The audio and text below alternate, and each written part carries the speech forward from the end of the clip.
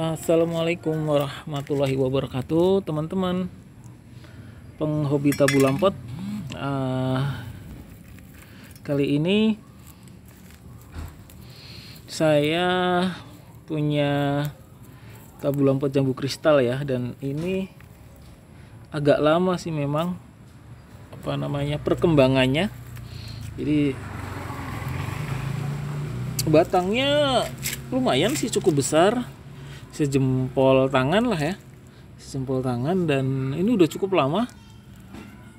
Jadi barangkali nunggu air hujan atau apa, saya kurang familiar juga. Jadi setelah adanya air hujan baru muncul seperti ini, agak rindang ya. Jadi lama nggak tersentuh. Jadi kalau penghobi tabu lampot, nah sebenarnya sih potnya 40 ya, 40 masih ideal lah, masih ideal ya. Memang sih awalnya ini kurang terawat. Batangnya sih sudah oke. Kemudian tadinya di polybag 35, kemudian saya pindah ke pot 40 ya. Lalu kemudian setelah musim hujan ini baru ada tanda-tanda perkembangan. Nah, jadi sebenarnya ya itu kembali ke masing-masing individu ya. Kembali ke masing-masing individu, mudah tidaknya sebuah perawatan tabu lampot ya. Tapi memang kalau koleksi saya paling banyak itu tabu lampotnya jambu kristal ya. Tabu lampotnya jambu kristal. Nah, ini dari cangkok. Ini kan dari cangkok ya. Jadi lagi-lagi memang yang menjadi sebuah persyaratan kenapa dia bias subur dan sebagainya adalah memang perawatan sih. Kembali ke si empunya ya. Kembali ke seempunya. Dikasih apa dan sebagainya.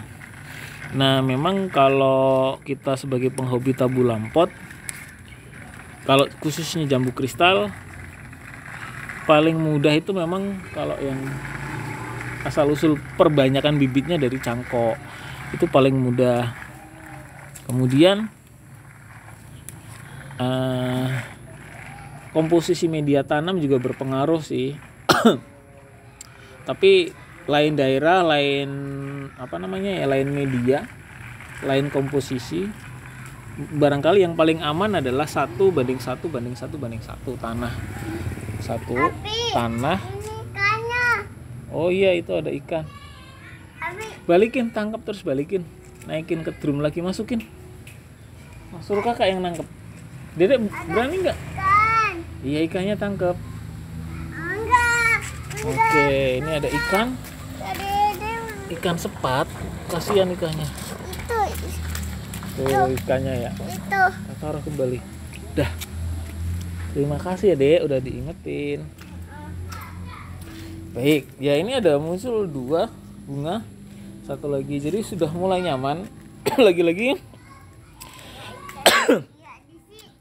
tanda-tanda sebuah nyaman itu apa sih gitu. Nah, kelihatan daunnya sudah mulai rimbun, hijau, seger ya. Seger, dan ini belum lama sebenarnya. Belum lama ya, semenjak musim hujan ini berarti kan kemarin waktu perawatan ya, memang ketika masih di polybag 35 itu masih terlalu kecil. Polybagnya terlalu kecil, medianya juga nggak banyak. Begitu saya pindah ke pot 40 memang terasa sih. Terasa real atau perkembangannya seperti apa itu kelihatan. Berarti medianya banyak, otomatis polybag atau potnya harus lebih besar. Kemudian kenapa dia bisa berkembang? Ya karena nutrisi yang dia butuhkan dalam hal ini adalah air. Pas datangnya musim hujan.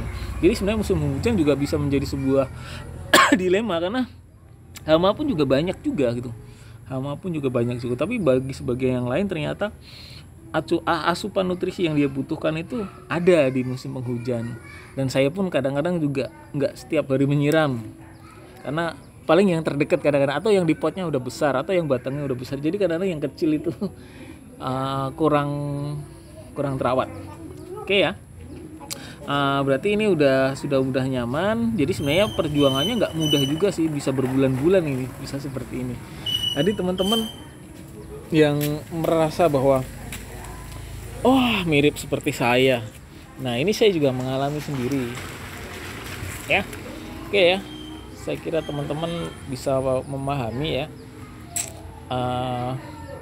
permasalahan-permasalahan yang ada dalam pemeliharaan tabu lampot, khususnya jambu kristal. Nah, saya sendiri juga mengalami seperti ini.